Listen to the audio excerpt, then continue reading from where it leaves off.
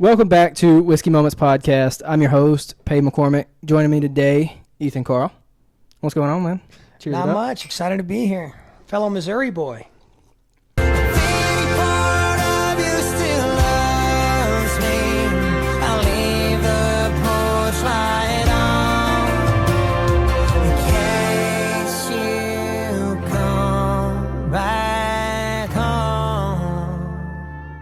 There you go. Do you rep the... So St. Louis, is it like 573? No, I'm 314, man. 314. Me and Nelly. See, it wouldn't...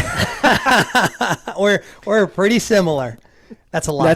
We couldn't be more different, actually. Yeah, I actually had there was a guy that was supposed to be on the podcast from Missouri, from Springfield area, and I was like, oh, you're repping the 573, and he was...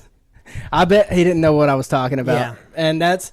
When I found out that you were from St. Louis, I almost texted the same thing, and then I was like, no, he may not know, because your area code was different. Yeah, 314. Yeah. What was the other guy? 40... I don't know. I'll have to look. 405, maybe? There's a Southwest Missouri area code. I can't remember. Well, they got rid, so ours was always 573 because we're southeast. Where are you from? Boot Hill, like SEMO, Cape, Girardeau. Yeah, we're playing a festival down there in October. But you heard of Piedmont, Missouri? Mm-hmm. Yeah, we had we had property down there. Unfortunately, a family farm stuff got sold, but it's all right. Well, like Cape is still an hour and a half from where I'm from. Like I'm literally the Boot Hill, like Kennett. Kennett, I heard of Kennett. You've heard of Kennett? I'm about 10 minutes outside Kennett. Yeah, dude, I wrestled Class 1 Missouri. We know all those like micro towns with 1 KCs or just a Sonic or. Those are the country kids you got to watch out for. They'll slam you, man. Not me. Not you. So that's some people. I actually have that written down. So you were a wrestler? Yeah, I was a wrestler. You played or I don't know if you played. No, the joke in wrestling is that it may be a sport, but it ain't no game. Like you don't play wrestling. Right. That's why I was like, you play. So you did that in college too? High school and college. Yep. That's crazy. Yep. You were good, obviously.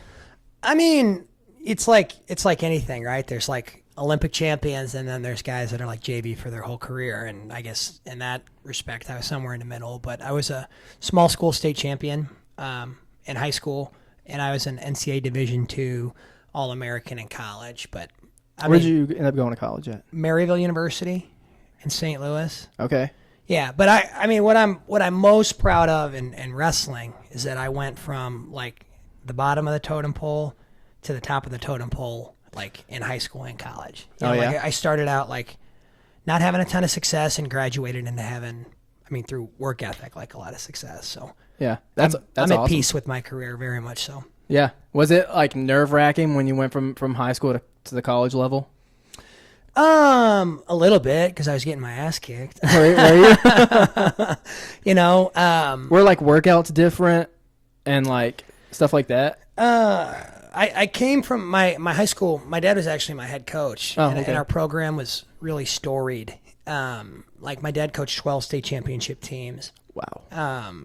So we worked really, really hard, and probably, some people won't like this, but we probably worked harder in high school initially than we did in college, and then I kind of like started supplementing my own training. Yeah. I had an incredible head coach in college, and he provided like a lot of nurture, like when I needed a lot of nurture, which is atypical for a college wrestling coach. But I think he might be transparent enough to say that he wasn't always the hammer, like a big enforcer. Yeah. And so I needed a little bit of that, like I think we all do. So right. I sourced it elsewhere too.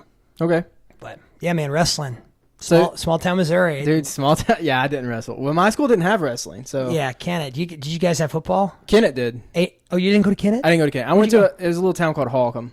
Literally like 600 people. Okay. About 10 minutes outside of Kennett. Okay. What sports did you have? Basketball and baseball. Yeah, I was going to say you probably didn't even have 8-man football. Dude, how many were in your graduating class? Like 27. Whoa, dude. I know all of them. Yeah, I bet you They do. all watch the podcast. No, what up? No, they don't. What up? Probably Holcomb? like half of them. Holcomb? What Yeah. up, Holcomb? Yeah, Holcomb Hornets. Nice. What school what high school did you go to? Well, that's like the infamous St. Louis question. But I always say this with a grain of salt because I don't feel like I align philosophically. long answer is my dad was a teacher and coach, a PE teacher and a wrestling coach at Whitfield High School in St. Louis, which is a private school that cost a lot of money to go to a year. But, obviously my 3 little sisters and I had the privilege to go there for not paying $25,000 a year. Right.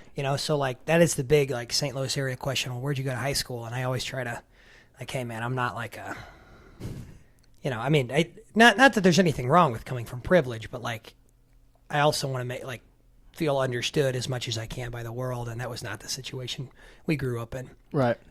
Nellie's daughter was in my graduating class. That's cool. Yeah. Did you ever meet him?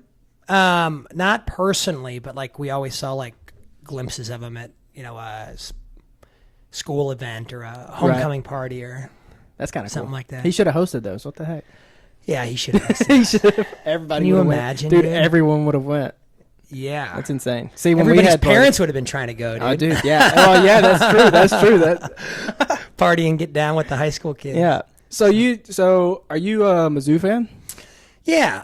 My father was an All-American wrestler for Mizzou, and when I was wrestling in college, Mizzou Wrestling took care of me and let me come and train a lot. And oh, that's cool. Yeah, MIZ baby. Yeah, I'm a Mizzou fan for sure. Dude, I love Mizzou. My dad and both my uncles went to Mizzou. Like a lot of my families went. Sick. So I ended up going to Arkansas State, which like I can't stand Arkansas. So it was like I'm pretty sure I like had to slice my hand before I went, and we did a little. Oh, like a ritual thing. Yeah, no. It's nice. just I can't stand Arkansas, dude. Why is that? Just being a Mizzou fan. Oh. Yeah. Why didn't you go to Mizzou, dude? Too far away? No, honestly, probably cost. Because, that and probably grades. Ah, there we go. Now we're getting Let's get to the root now of we're it. getting to the source. Let's get to the root of it. Yeah, no. That's probably what it was. Yeah, I went to SEMO for like a semester. And then hard and fast semester? Had you heard of Three Rivers? No. See, it's like a smaller college. Southeast Missouri, but I went there for a semester too. Is that a community college or is that a? It is. But they had like some community college like campuses, different towns. So Kennett had one, so I went there for a semester and then transferred to SEMO, then transferred to Arkansas State, and then been around the block. Been around the block college wise. So let's talk about music. Let's do it. All right, so let's see. You just had a song come out, not that long ago, right? Yeah, I had Another Shot of You came out about 7 weeks ago or so, and I got another one coming out on Friday. Oh, really? I'm really hyped for. Oh, yeah? Yeah, but we're starting, I guess we're about to be 3 songs into like a season of releases. Like we're going to be releasing with some consistency. Yeah? EP in the future? I don't know, man. I'm going to kind of ride this wave of singles and see what happens. I think I might have been a little premature in putting out an album. I have that written down. 18 songs, right? Yeah, 18 songs. 16 maybe. I can't remember. But that, first things first, Porch Light is a song we've got coming out Friday. I've got high expectations for it. It's a song that's really personal to me that I enjoy, so I can't wait for that to come out. But, yeah, man, just trying to make it all happen. That's awesome, dude. Yeah. Yeah, that's awesome. I've heard that, like, dropping singles that way, like, once every other month or so, once every couple months is, like, a good way of doing it. Yeah. What's funny about, I actually heard this morning from a guy buddy of mine named Brian Fuller, and he heard it from somebody else, but they don't need credit. Brian needs credit. They described, like making it as an artist is like climbing through a window. And as soon as you climb through the window, it slams shut. But the thing is, there's millions of windows. You know what I mean? Yeah. So the metaphor is that no two artists like make it or get there the same way. Right. So especially in this digital age of social media and streaming and radio just not carrying the same clout that it used to, like there's so much conflicting information over what people should be doing or not doing, or how many times a day you should post, or when you should release, or albums versus singles versus EPs. And it's like, you just got to do something, I think, and be consistent with it. Right. Yeah. That makes sense. So that's and maybe I'm wrong, but like, that's what I take away right now. It's like, just do something and Right. work hard and be consistent. Well, and you've kind of learned too, because that album, it says 2023. Is that? December 2023 it came out. Yep. Yeah. So, I mean, obviously, like you learned from putting out that's a big album. 16, even 18 songs. I mean, it's a lot. Yeah, and I'm a pretty stubborn guy, and I had people encourage me. Well, dude, I think you should just release these songs every 6 weeks or something instead of just putting it out all at once. And it's a little misleading because 5 of them, the 16 songs on the album, 5 of them were on an EP. Okay. Before. Maybe 4 of them were released as singles leading up to the release, and then would that be 7 or so? Numbers are fluid. Might be 7 or so that were released I don't math. We're not going to try to math. Thank God, dude. That's like a running joke with my band and my family. It's like, don't give Ethan the numbers. Yeah, one of my earlier podcasts, I was doing something with numbers, and my dad was like, I could tell you were counting under the table with your family. I was like, stop, why are you calling me out like that? Well, I got it from you, Dad. So. Yeah, he's actually really good at math. I did not get it from him. Drew the short straw. Yeah. So, okay, you wrestled in high school and college. So when did the singing and playing, when did that start? Singing, I needed to bring my GPA up in high school, and I joined the choir. Okay. All right. That was how that started. I always was like big in singing in the shower and stuff, and I loved singing. Right. But what middle school boy is confident in singing? Right. People think you're like, at least in my mind, I was like, oh, people are going to think I'm a Sally if I'm singing. Right. You know what I mean? So probably not the most rational thought, but it was real to me at the time. But people were telling me like I was, Ethan's like a good singer, blah, blah, blah. And, when you're a teenager, you don't have any kind of confidence in that side of things, and really in any side of things looking back. But so I didn't buy it. I was like, oh, I'm one of 3 boys in choir. They need to have boys in choir. Of course, they're going to say nice things to me. Like, you find ways to break yourself down, so to speak. Yeah. But then I got into college. So anyway, I sang all through middle school and high school, and did get a little bump on a GPA, which was good. But there you go. Then I get to college and wrestling, and I just kind of mindlessly sing in the wrestling room or whatever, like as I'm tying my shoes or something. And I had a coach tell me, like, Ethan, I don't know what your major is, but you're going into the wrong thing. You need to be. And I was like, what? Like, stop. And he's like, he just kind of said it in passing, like, okay, whatever. And then he just kept going. But that was the first time, like, the first seed that was planted in my brain of like, well, maybe I see what I can do with this. Yeah. So what were you majoring in? Education. Oh, yeah. I actually taught for a few years. Started in ISS, middle school ISS. Oh, yeah? Best job ever. I swear to God. It's best job ever. I'd have like 7 kids, like the same kids that came in all the time, and I kept it real with them, and they kept it real with me, and we made it happen. They always do, man. I've been to ISS once. Yeah. Once? Once. Okay. Just once. You had to finish up math homework or something? Dude, it was so dumb. No, I brought wrestling cars to school. Oh, that is so dumb. That is dumb. Yeah, well, there's females on them. And like it's like middle school Sports Illustrated, dude, right? yeah, that's exactly nice. Right. They were like, these can't be circulating through the school. I'm like, they're wrestling cards. You get a chicken bikini that's a tough hombre. That's like bait to a 12-year-old boy, man. That'd get juices flowing you didn't even know you had. It will, dude. I mean, I remember those days. Oh, that's why I ended up there, apparently. So yeah. I had to send you to ISS to cool off. Oh, that's horrible. We can't have this vibe funny. Going through the school. Yeah, I needed that after that. Oh, all right. So you sang? Okay. Yeah. So I was college. Teaching. That was my major. Started singing in college. Started teaching.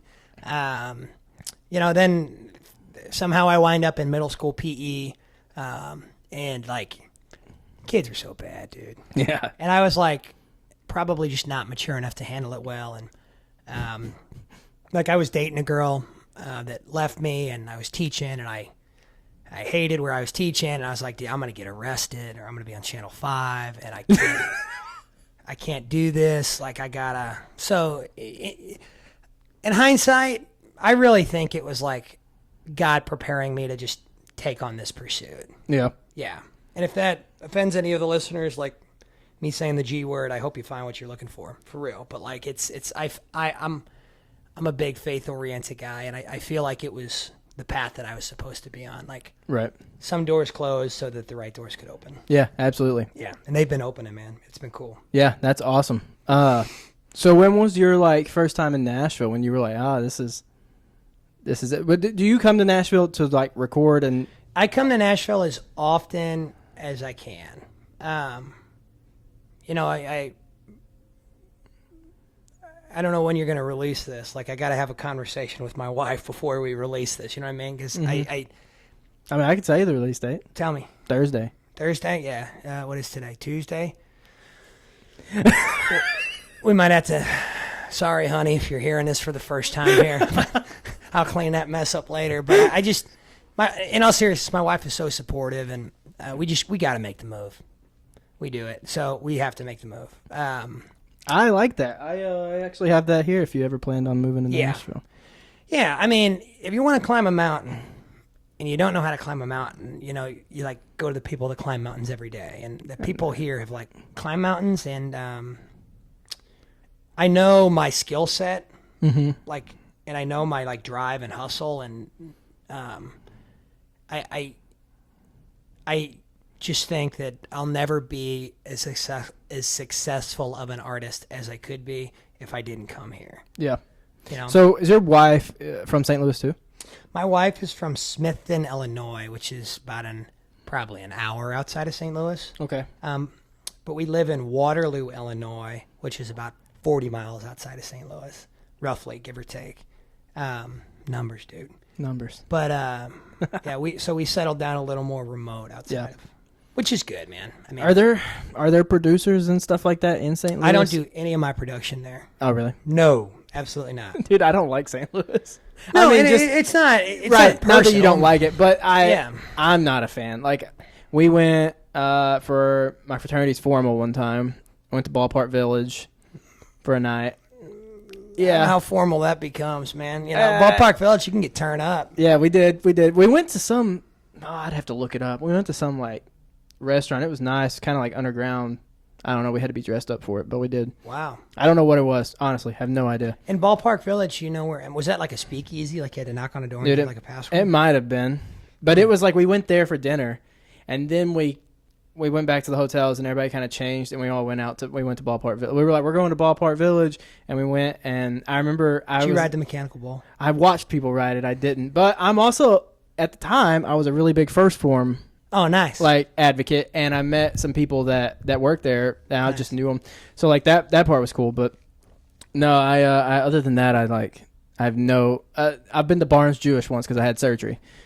So, like a cool surgery or like my shoulder? I tore my labrum, so they put a few pins in me. Yeah. And I saw all the people that have had surgery there that are like, yeah, you know, hockey players and baseball players, and I was like, this is insane. Yeah. Not me. So no, it wasn't really a cool surgery. It wasn't fun. And St. Louis is like 4 hours from where I live. Yeah, I mean, so everybody kind of wants to leave where they grew up at some point, but we got to come here, man. We do. And it's no disrespect to St. Louis. I mean, I certainly don't do my production in St. Louis because people here are the best. They just know. You know, my kid's sister, actually, 5 years younger than me, produced every single song on that album, actually. Wow. On Moving Too Fast. And then she produced the 2 songs after that I had cut. And it was actually just like this year that I started releasing songs that she had not produced. But her name's Laney, I think she's Laney in Nashville. Okay. But I think Laney, I credit her to helping, you know, help me get my feet under me for sure. Yeah, that's awesome. Nashville would be a move, man. It's not much different than St. Louis. I mean, it's quite a bit bigger, obviously, but like, since you know the city, you know St. Louis, you know city life, like you know that. So Nashville, but you also we wouldn't be in Nashville. I was about to say you probably wouldn't want to live like no sir. In that, yeah, I don't. I never want to live in Nashville. Yeah, but at least you'd be close as far as like music wise. What about like you play any like bars and stuff, St. Louis? Oh yeah. Do they do that? They do. We're playing 200 shows this year. Wow. Yeah, actually, Ballpark Village, the Crown Hall at Ballpark Village. It's like a bar inside the district that is Ballpark Village. I play there every Wednesday. Oh, that's cool. But we've played shows everywhere from Omaha, Nebraska to Orlando, Florida, and we sold out the old Rock House in St. Louis, which was really cool. That's cool. Nashville gal Molly Levette and I co-headlined that. So that was a ton of fun. But yeah, we do play a ton around St. Louis. Yeah. Mm-hmm. That's awesome. Do you like playing in St. Louis? Yeah, I mean, I do. There are certainly venues in town I like playing more than others. And Right. there's places that I'll be excited to never play again. We won't mention those. Yeah, well, we could if you want. Probably shouldn't. But Ballpark Village is one of my favorites for sure. Yeah, that was probably my favorite place out of everywhere we went. I almost got a tattoo from some random tattoo studio in Nashville in St. Louis. What were you gonna get? Palm tree Whereabouts? on my forearm. I obviously did not do that. I got some pine trees. What spurred that idea? I'm feeling like summer, dude. Let's go. Let's go to Kings Highway and Natural Bridge and get a tattoo of a palm tree. Like what? There's a picture I saw online. Another guy had a palm tree tattoo. I was like, that'd look good on my forearm. I'm glad I didn't get it. I'm really glad I didn't get a palm tree tattoo on my forearm. It's not too late, dude. Probably work something out next time It is you too come late. back. Probably too late for the forearm. You just have to be small. We'd probably find a little Get spot. a little one. Micro one. Yeah, no. I'm not going to do that. Pass. All right, so when you do play at the bars, do you do a lot of covers or no? Well, in a 4-hour set, or 3-hour yeah. set, you have to. Right. We play more originals than some bars even want, but the crowd loves it, and Right. people keep coming back, so why would I not? Yeah. But yeah, I do play covers for sure. So what's your favorite one to play? Oh, easy answer right now. My wife and I were working at a music festival in Stillwater, Oklahoma called the Calf Fry. Okay. And embarrassingly, it was the first time I heard of this artist. His name is William Clark Green. And Okay. he sings a song that I was laughing out loud during because I think it tells the perfect story of a relationship. You got to listen to the whole song, but it tells the perfect story of a relationship. It's called She Likes the Beatles. She likes the Beatles. Yeah, 100% recommend. But that's probably my favorite cover that the band and I play right now. Because we add a little bit something fun on the end. It's not exactly a medley, but we layer a Rolling Stones song with a Beatles song where some of us are singing a Beatles song and some of us are singing a Rolling Stones song at the same time. That sounds sick. That sounds cool. Yeah, because that's she likes the Beatles and I like the Stones. She likes romantic movies. I like Indiana Jones, but it talks about the similarities and differences in a relationship. It's a brilliant song. Yeah, that's awesome. So, okay, that's your favorite cover to play. What's your least favorite cover to play? My least favorite cover to play that we do play. Yeah, or that you get requested. I mean, often. Oh, dude, everybody. Well, I'll answer both. The one right now that I'm probably oh gosh, do we really have to do this? Is Country Girl, Shake It For Me. Oh, yeah, Lou Bryan? Yeah, which I think he's a great human being. I know he gets profiled in the bro country genre, which I mean, it's weird. I don't think he's bro country at all. Well, I think some songs probably could be that fits. Could be, but Drink a Beer, sit right here. Oh my God, beautiful song. But I mean, Country he does wear Girl, skinny jeans, so he does. You see, that's another thing. Somebody tried to cook me in the comments pretty recently, why is this guy wearing women's jeans? And I'm like, dude, I'm not wearing women's jeans. I did another post with the comment these are Wrangler boot cut. If you hit leg day enough, all jeans are skinny jeans. That's right. You know what I mean? That's so. Fair. But Country Girl, Shake It For Me is probably the one that I'm not enjoying as much right now. But people love it, and when we're not playing originals, I want to play things that people love. Right. And your most requested that you... Oh, yeah. Everybody thinks they're funny and original and that a band has never heard it before when they go, Freebird. Oh. So I mean, I just kind of started doing, hey man, no, we're not going to play Freebird tonight, but thank you so much for that original request. We don't get that often, and You ever had people request like something like off the wall that you've never heard of? Yeah, sure. I mean, there's like, I mean, stuff that I can't even remember right now, but people will request like track 6 on the third record of Zach Bryan's album that came out, and I was just like, dude, I don't know that. And then what kills me is they're like, well, just you can. They're like, but you can do it, and I was like, I've never heard the song before. Like the band behind me, like all 5 of these guys have never heard the song. You can't just press play. We're not like a jukebox. Like you can't like, no, just try it. Just try it. And I'm like, you try it. Like you've heard the song. Like you probably do it way better than we could at this point. There you go. Yeah. Hand on the mic. Yeah. Come on. I'm coming to a show and my request is going to be Cotton Eye Joe. Okay. We probably pull that off. You could probably do it. Yeah. And if you can, I'm going to be like, come on, you could do it. Will you play the spoons on it? I'd do it. I come up and play the spoons. Yeah. Cool. All right. Let's see. Oh, we've covered a lot. We'll do a Would You Rather. Word. This one's fitting. I didn't even think about it being fitting. But would you rather wrestle a bear or an alligator? Can I ask any follow-up questions? Sure. What kind of bear? Black bear. Gator. So if I'd have said a brown bear, would it have been different? I don't know the difference. If you said grizzly, it probably still would have been gator. I mean, I just wanted a little bit of context. Like the Coca-Cola bear. Oh, I almost said a bad word. I'd mess a Coca-Cola bear up. You can say bad words. It's okay. unless you just don't want to. No. Yeah, I take a gator. I feel like a gator's less flexible. Yeah, you just can't let them roll on you. If you can't let it chomp and roll. Yeah, and I feel like I could like hop on its back or something and it couldn't buck me off, but I feel like a bear could buck me off and I'd have to like put a choke on or something. Just riding an alligator. Yeah, dude, I could do that. I could ride an alligator long enough for help to come and tranquilize it or whatever. I love it. All right. I could do that. That's good. I got some other ones we'll hit later on. Bring it, dude. This is fun. Who are your biggest influences, country music wise? I always enjoy answering that question. I've got a couple that come to mind. I think first would be Travis Tritt. Because A, his songs are killer. Yeah. And B, like he faced a lot of adversity on the way up. Like he's got a really unique sound. And I think some people didn't like that from the start.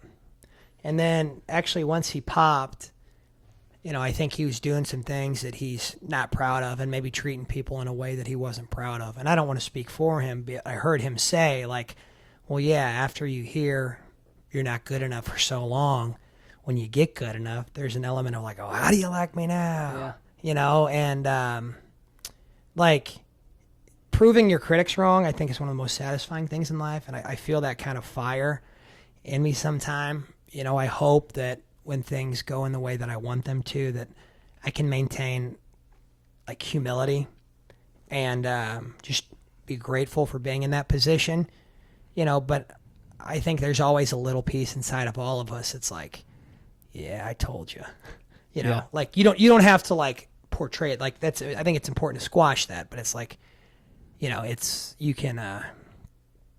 can channel that for sure. And then Parker McCullum would be my other one. Oh, okay. I really like that he's a family man, and he shared that he's like the most boring person ever because somebody's like, well, where's the, like somebody threw a microphone in his face and like, where's the best party to go to after a show, Parker, or CMAs or whatever. And he's like, I'm not the guy. I'm the king of going home. Like I'm go sit in my recliner. Yeah, I'm the most boring person ever, and I really enjoy spending time at home with my wife or spending time with my family, and I don't need the bars anymore and stuff. But Parker also said, I feel like I'm talking forever. Have I been talking forever? No. With this answer? No. Okay. You had to think on it. Well, because I was thinking Travis Tritt, but no, not really. Okay. Well, then Parker, like, he also said that, and I do this all the time when I'm playing, that he messes up lyrics. I don't mess up lyrics all the time. But he said he messes up lyrics sometimes because he's like watching the crowd and he's like, oh, that girl's leaving. Is she leaving because she thinks I suck, or is she just going to the bathroom to get another drink, or like, why are these people talking like, like am I like basically, I can appreciate the, the million things that are on your mind when you're performing, Right. and wanting to put on a good show. It's almost like the humanity of it, like the picking out what's happening in the crowd while you're playing. Yeah. There's like 50,000 people out there, and you're focused on. Yeah, part of me wants to be like, Parker, shut up, dude. You sold 50,000. You sold out like a Texan stadium. Like, what do you like? People obviously love you, dude. Like, Are you seeing the people in the nosebleeds that are like walking down? yeah, Like- yeah. Like 3 girls just threw their bra on stage, and 1 woman threw her toddler. Like you're a big deal. But he's worried about the 2 people that left. Yeah. No, but in all seriousness, I understand that, and he also like very obviously loves his wife, and I think there's a lot of people that become successful and kind of forget about the people that helped them along the way become successful, and I wouldn't be able to do this at all without my wife. Like, even just as emotional support, like it's tough, man, and she helps get me through some of the darker moments. Yeah, I've heard that like touring and stuff that can be hard. Yeah, dude, I'm sure, especially if you're based on your life circumstances, if your significant other can't be with you, like that'd be tough. Yeah, It'd be tough. I mean, some people like Vince Gill said touring. I don't know if he's married or not, but he said touring life is like easy and like the best thing in the world. But you hear about it. and he's single. Like, well, yeah, that would make sense, right?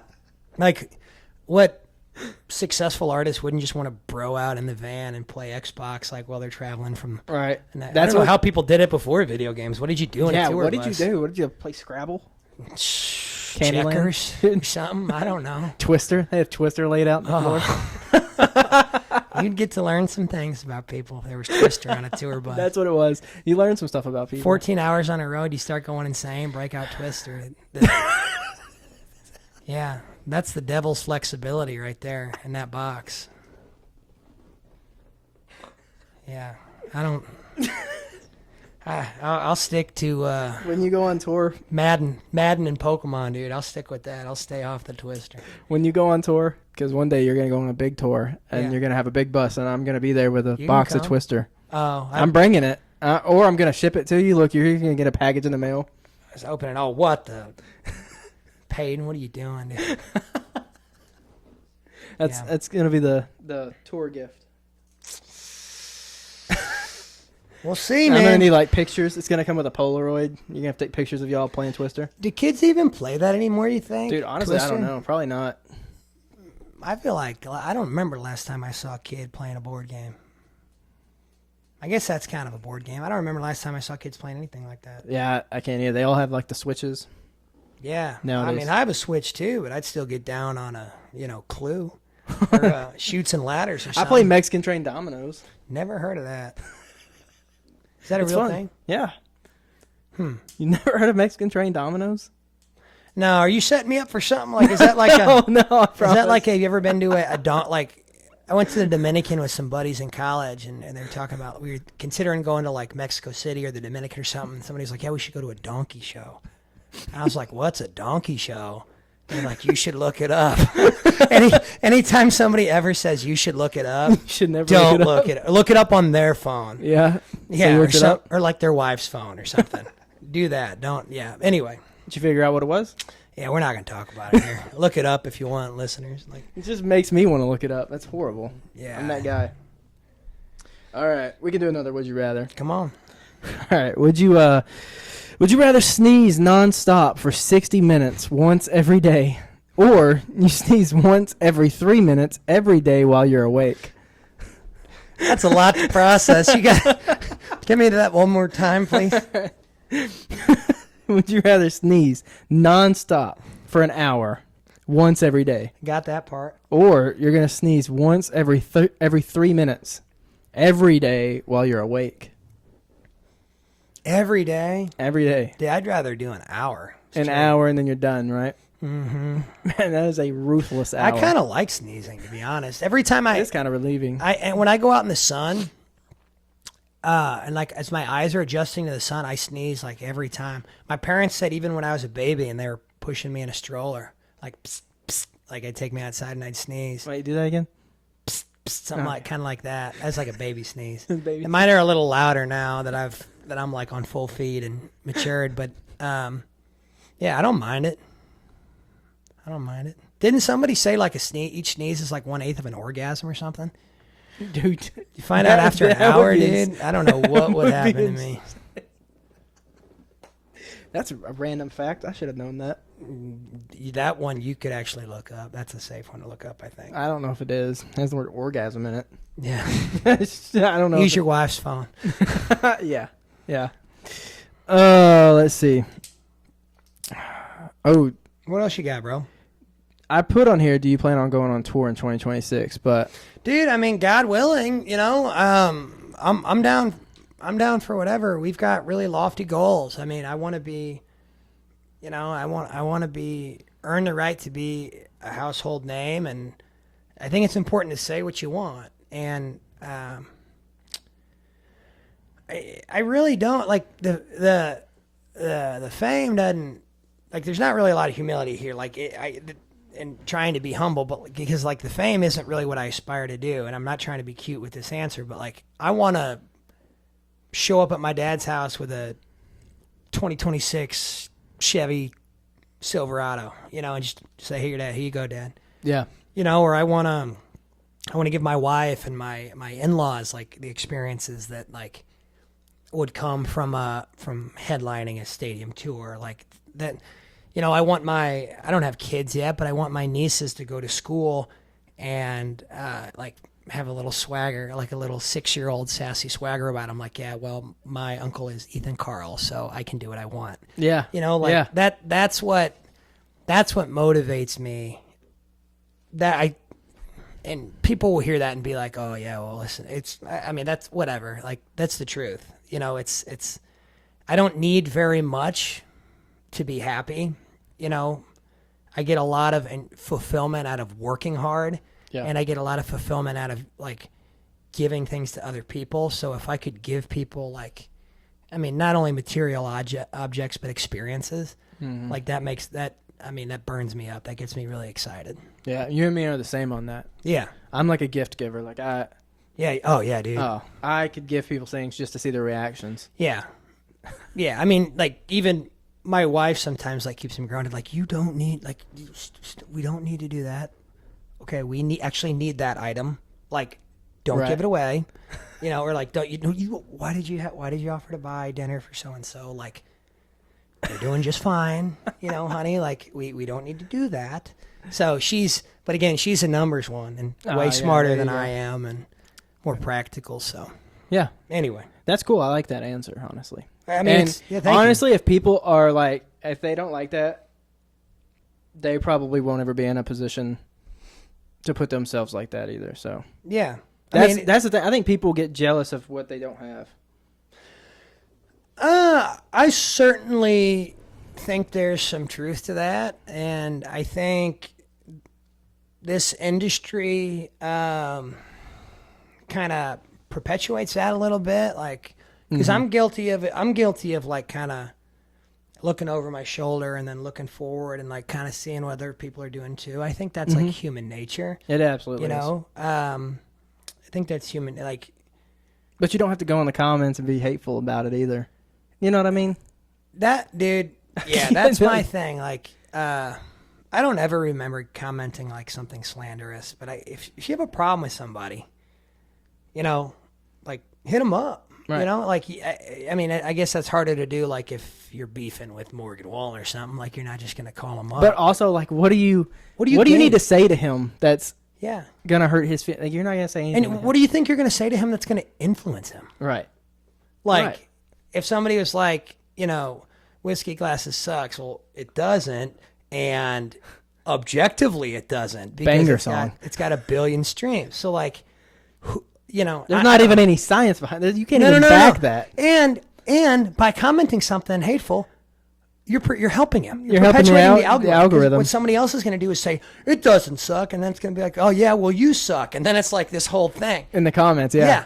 And then it's people like me that are just reading them. Like, Yeah. well, I'm like, Yeah, this that's is, me. what am I doing? Go away. That's me. I do that. Yeah. I'll be doom scrolling people's comments. Yeah.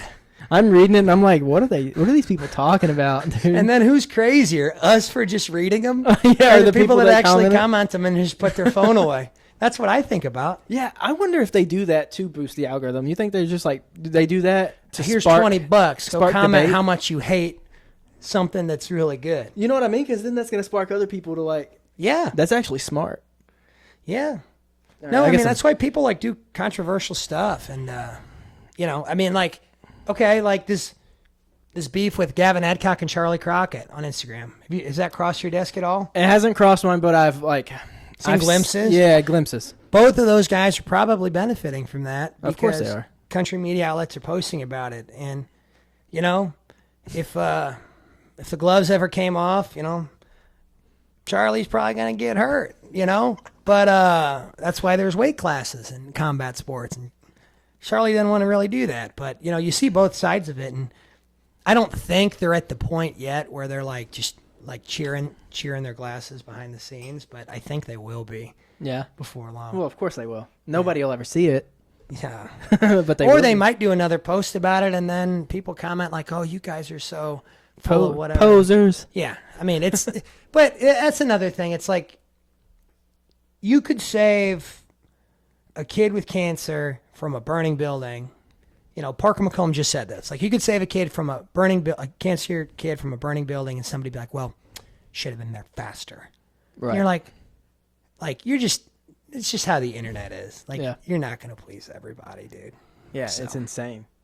Whatever. That's like, Train rolls on. I was on your Instagram getting questions and stuff. Did I see a video of you doing the national anthem? Yeah, that's one of my favorite songs to sing. Yeah, see, and I think a lot of people will tell you you're crazy for doing it. Like, it's not because it's national anthem per se, but because it's such a, like, there's like, from what I heard, there's no benefit in doing it. Like, if you do it great, if you do it right, great. Mm-hmm. But if you do it wrong, like, the consequences outweigh just because you will just get shit on. Yeah. You know what I mean? Like, But no, I've surveyed the pros and cons before, and I'm like, if people like, I'm getting paid $0 to sing this song. That's like an honor to our country and those who've served it. Like, I haven't messed up a word on that yet. I guess it's statistically possible that I could mess up a word, or my voice could crack, or I could sing something flat, or I could start a little bit off key. Like, all of those things are possible, but if that were to happen, like, whatever, it happens. And then I'd still go to bed, and I'd still wake up the next morning, and I'd still keep working hard in my career and have a wife that loves me, and, just a happy family little family that tolerates me.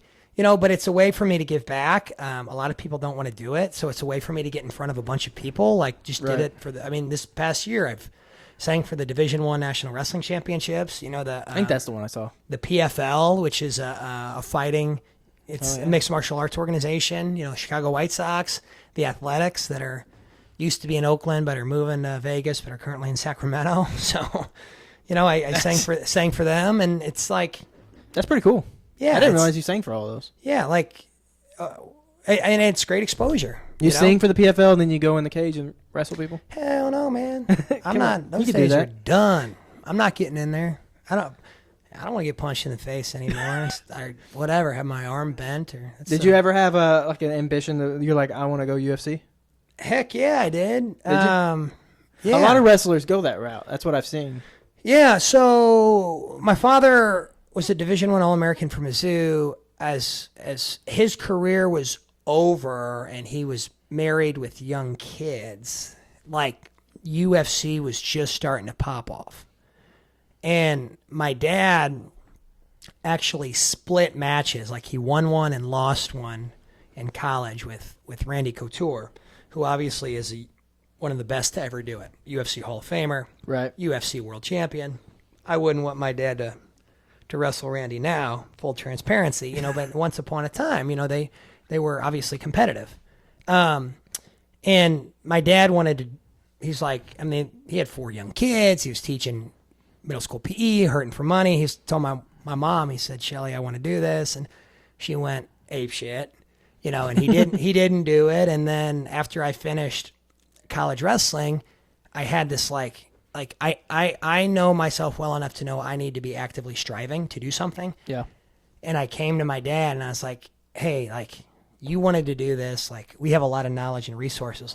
I want to do this. Will you train me? And he went ape shit. You know what I mean? He went totally you're not getting punched in the head, son. You want to be drooling on yourself by the time it's your... And he painted this picture. I was like, what? I was like, okay. I'm sorry. Basically abort. This is a bad idea. And I mean, it's definitely for the best that I didn't do it. I think I'm durable enough and I'm disciplined enough to give it a go. And it's a sport where there's a lot of outlaws, guys that are just probably not living right. And I would have looked at it as a science. But anyway, I thought about doing it, but it didn't happen. It's probably for the best. I want to ride a bull too, but that's probably not going to happen either. I feel like you could ride a bull. I think I could too, man. But people say you got to be 5'5" and 130 pounds, and I'm not that. So. Yeah, I'm not that either. I want to ride a bull just to try it. It'd be fun. Speaking of bulls, I have this written down just because I want to know about it. It's just nothing to do with the bull, really. In your Instagram, you have the 4 6s. Yeah, man. Mentioned. So how did that? Are you an ambassador or Yeah, they're helping me out quite a bit. So 4 6s Grit and Glory is the beer company that has been shown on the Yellowstone and Landman series. And I was in the right place at the right time. I was actually I was singing the national anthem in Kansas City at the Division I National Wrestling Championships. And a representative from the company was like, well, we're looking for a Missouri rep. Here's what we'll do for you. Here's what we'd like you to do for us. And I was like, deal. Yeah. But my kind of a business mentor and friend, David Mirkatani, orchestrated that deal. And he loves to tell that story because it's a good one. He's like, this makes so much sense. He made the deal from a Holiday Inn parking lot or something, or a hotel bar while I was in the bathroom. And he texted me when you come inside, just say yes. And I was like, well, I trust Dave enough to do that. But anyway, right. It was cool. I mean, I love those guys and I believe in the company. And yeah, that's awesome. We'll see what's coming down the pipe. We're working on some pretty big things. That's cool. I watched all of Yellowstone and the spinoffs and stuff. So I saw that and I was like, well, I've got to ask now just to see. Yeah. So I like that you did your homework, dude. Oh, I have to get all the good questions. Yeah. Well, you very, not trying to butter your bread, but you very clearly take this seriously, and that's an important thing. I appreciate that. I really do try. You should. Every once in a while, Yeah. I'm not a numbers guy. I'm a words guy. There you go. All right, let's do the last Would You Rather. Come on with it. All right. Would you rather walk barefoot through a public bathroom or through poison ivy? Public bathroom, dude. Easy. You wash your feet. You ever had poison ivy? Yeah, it sucks. Yeah. I mean. And on the bottom of your feet? Oh. I can be a pretty greasy guy. Things don't really You could walk through it and be like, that's pretty gross, but I'm through it. The bathroom. I can also turn my brain off as I'm walking through it. You know what I mean? Think about other stuff. I can't do that. Hey, what's up, dude? Or hey, what's up? Just keep it moving. But I eat stuff. If something falls on the floor, I'll eat it off the floor. I don't care. I mean, not public bathroom floor. I was about to say, probably not. Walk through Nissan Stadium's bathroom floor barefoot after a concert. Did you ever go to a St. Louis Rams game? No. Dirtiest bathrooms. Can't stand the Rams because they took them from us. Yeah, I know that still eats me. But the Edward Jones Dome just oozed grime. You just walked in there in the stale recycled air. You just felt like you needed to and the bathrooms too were like gutters. Gross. They're just disgusting. That is gross. But I'd still walk through that bathroom barefoot over poison ivy. Yeah, I think I would too. It's pretty gross, but you can wash your feet. That was my thing. You can wash your feet. If I walk through poison ivy, I'm going to have to cortisone my feet. Just sleep with cortisone socks on. Yeah. It's gross. Are you, so, grew up in St. Louis, but you grew up in St. Louis, right? Mm-hmm. So, did you hunt? Stuff like that? No, dude, I did not. I didn't even start hunting until very recently. And Oh, really? It was a impromptu connection with Dive Bomb Industries. They're they're the premier duck hunting company in North America. And they Gotcha. were actually at a show of mine, working with another like artist on a collaboration, and I opened for that. It was Austin Williams and Hayden Oh, yeah. Kaufman. Okay, yeah. I opened for them, and it turns out one of my buddies is higher up at Dive Bomb, and he was like, "Oh, Ethan." I was like, "Oh, what's up, Cody?" You know, and anyway, we started working together, and they're the ones that they like made a duck hunter out of me, you know. Mm-hmm. And fortunately, they've been able to help me out because it's an expensive hobby to just duck hunting is to just get into. I mean, so expensive. but I'm pretty jittery guy. Like I'm not super patient, and so I think I've never even been deer hunting, but duck hunting is like active. Mm-hmm.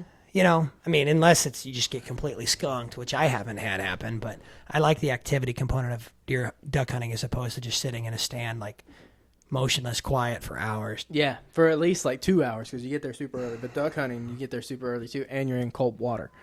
Yeah, but you got to wait. And I like the cold. I mean, like, are you warm blooded or cold blooded? Like, I like the cold. yeah. I love the cold. Oh yeah, dude. But like something about like 4:45 in the morning and cold water. Just, I like cold better than I like 4:45 in the morning. You know, I don't like 4:45 in the morning very much. But you got all waders and you're dressed up, and I mean, I've kind of had some bougie hunting experiences, like down in a flooded corn pit blind that has like electricity, and you can make food down there and stuff. The and, nice stuff. yeah, so that's probably why I'm a little more partial. It doesn't hurt, you know. You'd probably like dove hunting too, then. Oh Probably. yeah, I've been dove hunting. But That was I always didn't fun. even really know how to shoot then. I was like a liability, you know. I mean, If I probably shouldn't even say this on camera, but I'm going to because it was like 10 years ago. I went dove hunting, and we were so bored one time that we were shooting over the highway at a billboard across the street. it's all right. Nobody got any strays or. I mean, we also I can't say this one time because of what we shot. That wasn't a dove. I'm just gonna. I'll leave. Wasn't it. an eagle, right? No. Okay, just No. cry. Was Not not an an eagle. All right, then everything else is would be all right. Yeah, dude. First time I went dove hunting, and it was a terrible idea, but it was on my buddy's bachelor party. And we'd been out there for like an hour or two, and somebody's like, "Ethan, do you have a license, or have you done hunter's ed?" And I was like, "Huh?" You're like, what's that?